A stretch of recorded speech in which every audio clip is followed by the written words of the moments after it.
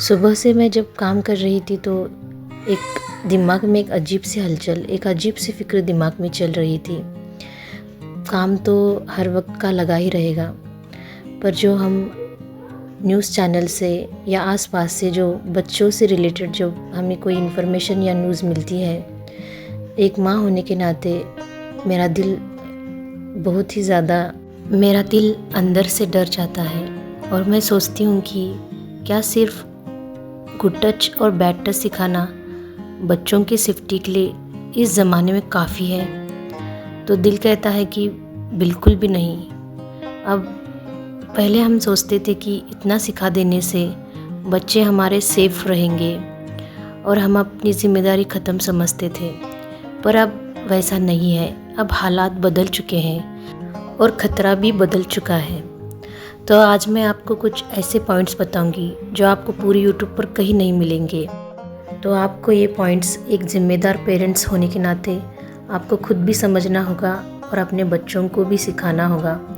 अगर आप इन पॉइंट्स को अपने बच्चों को सिखाएंगे तो हमारे बच्चे जहाँ कहीं पर भी हो, कोई भी सिचुएशन हो, वह हर हाल में सेफ रहेंगे। अस्सलाम वालेकुम व्यूअर्स, कैसे हैं आप सब? उम्मीद करती हूँ कि आप सब ठीक होंगे। तो चलिए आज का ब्लॉग शुरू करते हैं। तो सबसे पहला पॉइंट है ट्रस्ट और कम्युनिकेशन।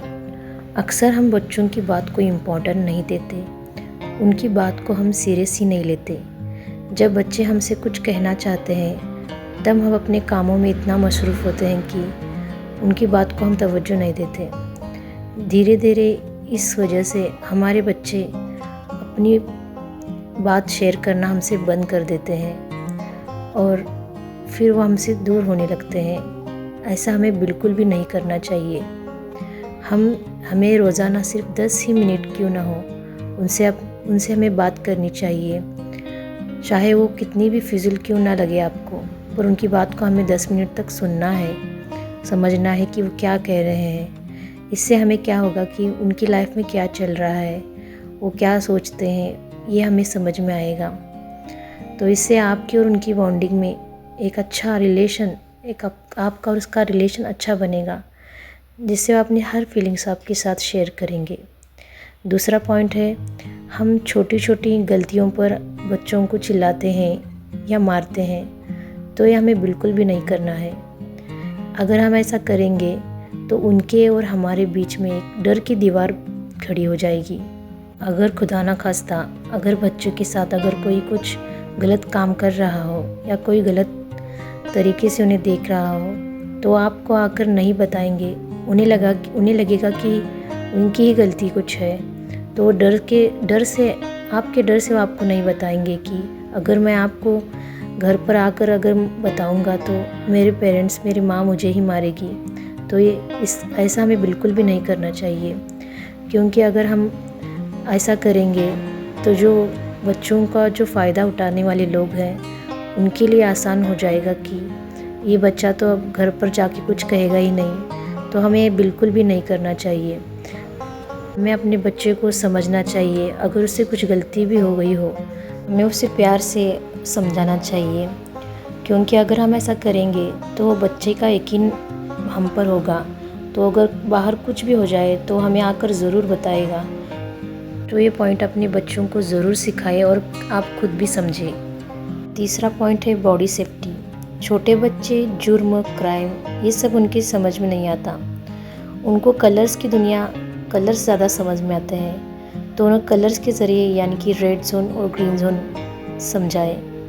जो हिस्से यानी कि स्विमिंग सूट यानी कि इनर वेयर के अंदर जो ढके जाते हैं वो होते हैं हमारे प्राइवेट पार्ट्स।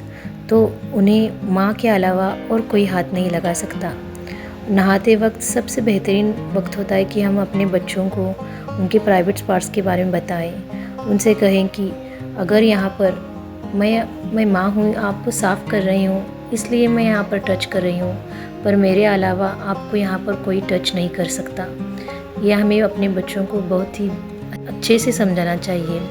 और इसके अलावा सर पर या पीठ का ऊपरी हिस्सा या शोल्डर अगर आपको मम्मी पापा जब गले लगते हैं तो आपको खुशी महसूस होती है। अगर आपका कोई फ्रेंड आपको हैंडशेक करता है तो ये सब सेफ टच है। ये सब ग्रीन जोन है आपकी बॉडी के।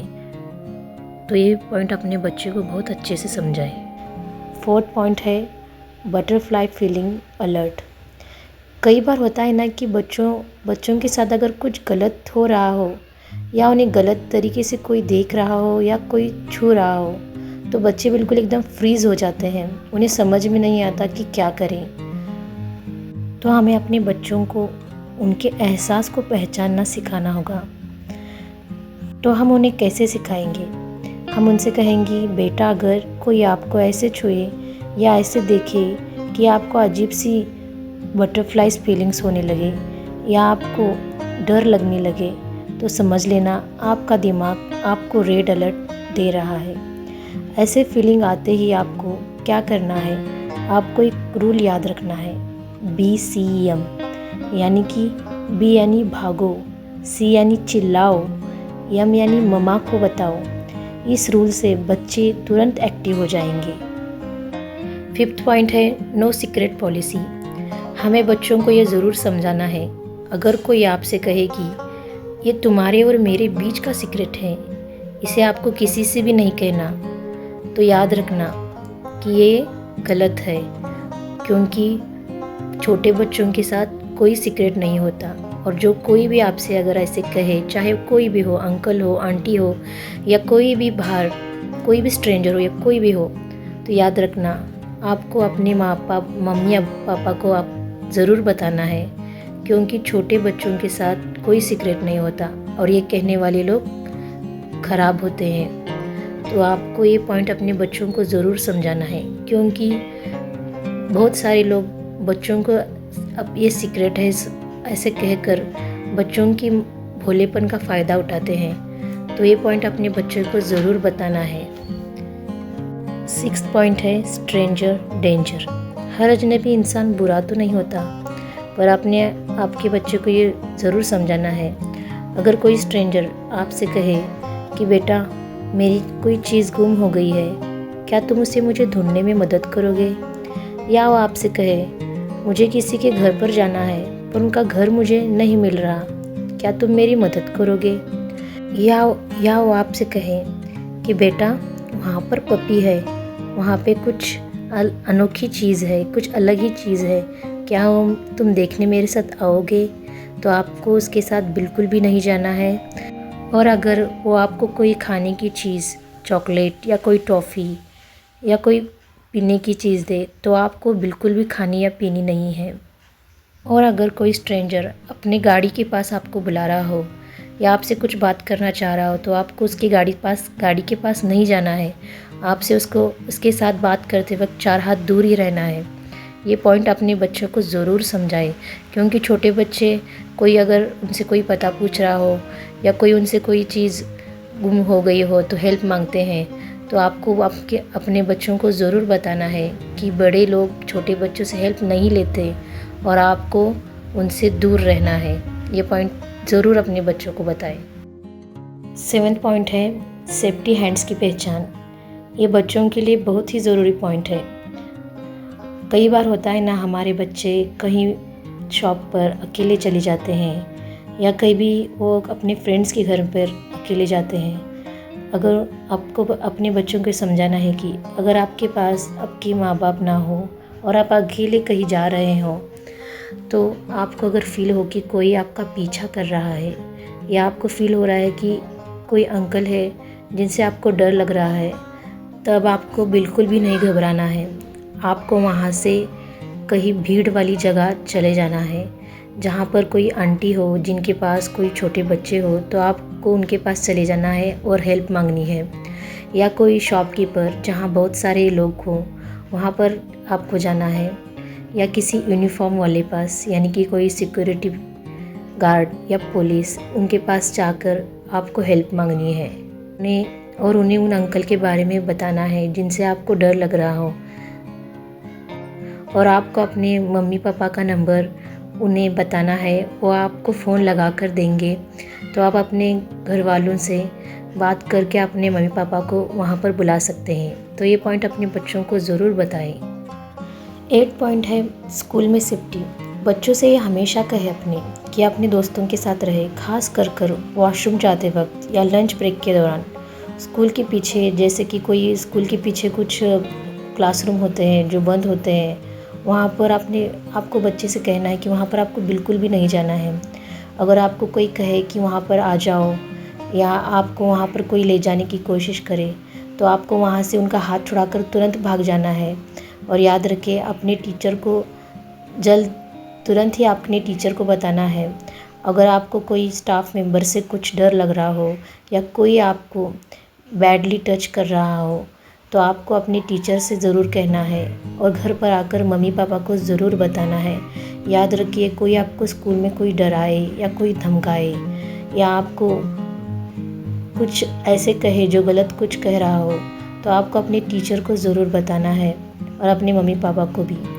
और हाँ, करना होगा, क्योंकि अगर स्कूल में अगर सिक्योरिटी का सही है या नहीं, ये आपको चेक करना है।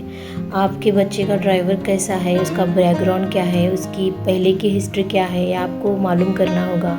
क्योंकि हमारे बच्चे उनके भरोसे स्कूल जाते हैं और उनके भरोसे स्कूल से वापस आते हैं। तो हम एज अ पेरेंट्स हमें अपने बच्चों के सेफ्टी के लिए ये ज़रूर ध्यान में रखना है कि स्कूल का स्टाफ कैसा है, टीचर्स कैसे हैं। तो ये पॉइंट बहुत ही बेहद ही ज़रूरी है, क्योंकि बच्चे ज़्यादातर स्कूल में ही रहते हैं। दिन के कितने तो घंटे, 7-8 घंटे तो स्कूल में ही रहते हैं। तो उनके सेफ्टी के लिए बहुत ही ज़्यादा ज़रूरी है।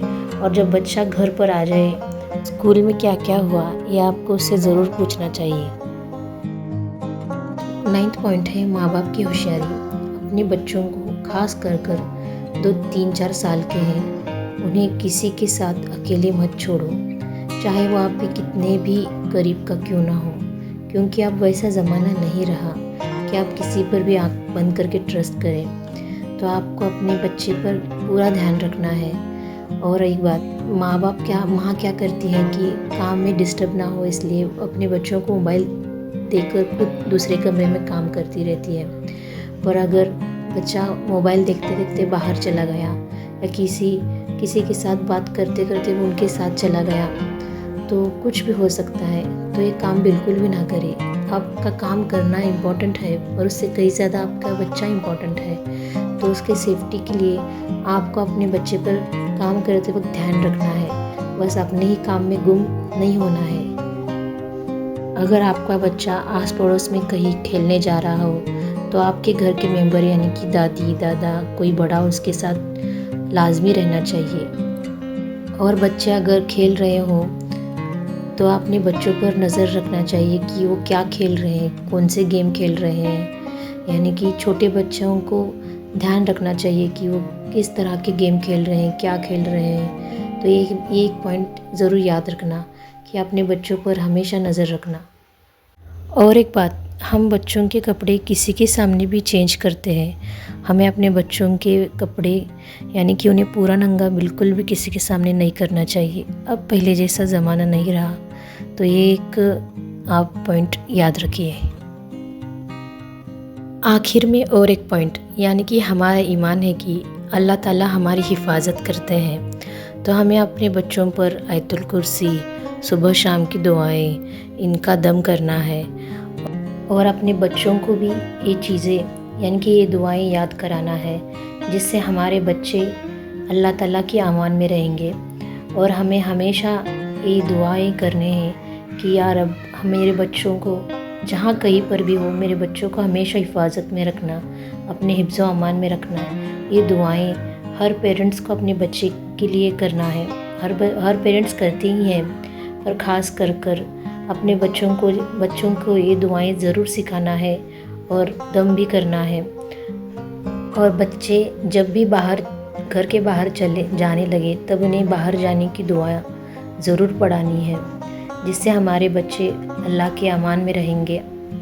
और एक बात, जब भी आपके बच्चे घर के बाहर जाएं, तो ये दुआ यानी कि ऐसे कहें कि बच्चों को कि अल्लाह के अमान में रहो, अल्लाह ताला तुम्हारी हिफाजत करे। तो बच्चों के अंदर भी एक यानी कि ऐसा लगता है कि मेरे माँ बाप की दुआएं मेरे साथ हैं, ऐसा उन्हें फ़ील होता है। और सच में हमारी दुआएं, माँ बाप की दुआएं अपने बच्चों के साथ ज़रूर होती हैं। तो ये एक पॉइंट है, आप इसे ज़रूर करना। सच में जब आप दुआएं करती हैं, और हाँ, सदका भी ज़रूर निकालें। जब आप सदका निकालते हैं तो जो भी कोई बला है, मुसीबत है, वो दूर होती है। कोई मुसीबत हो तो दूर होती है। हमें दुआ भी करनी है और ज़रूरी एहतियात भी करनी है। तो ये मेरे कुछ पॉइंट्स थे जो मैंने आपको कहा। जो आपको कैसे लगे आप मुझे कमेंट में ज़रूर बताएं। और आखिर में बस इतना ही कि हम जो भी कमा रहे हैं, जो कुछ भी हम यानी कि हम जी रहे हैं, कर रहे हैं, ये सब हमारे बच्चों के लिए तो कर रहे हैं। अगर हमारे बच्चे सेफ़ हैं तो सब कुछ है। हम अपने बच्चों को अच्छी तालीम देते हैं, अच्छा इंसान बनाना चाहते हैं, और उसके साथ हमें अपने बच्चों की हिफाजत इस ज़माने में बेहद ज़रूरी है। तो आपको ये वीडियो कैसे लगा आप मुझे कमेंट कर ज़रूर बताना।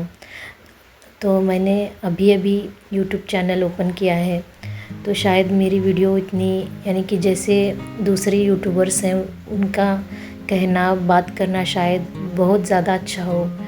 मुझे इतना ज़्यादा अच्छा तो नहीं आता है, पर मैंने कोशिश की है कि आपको मेरे तरफ से मैं अच्छे पॉइंट्स बताऊं और आपको ये वीडियो अच्छे से प्रेजेंट करूं।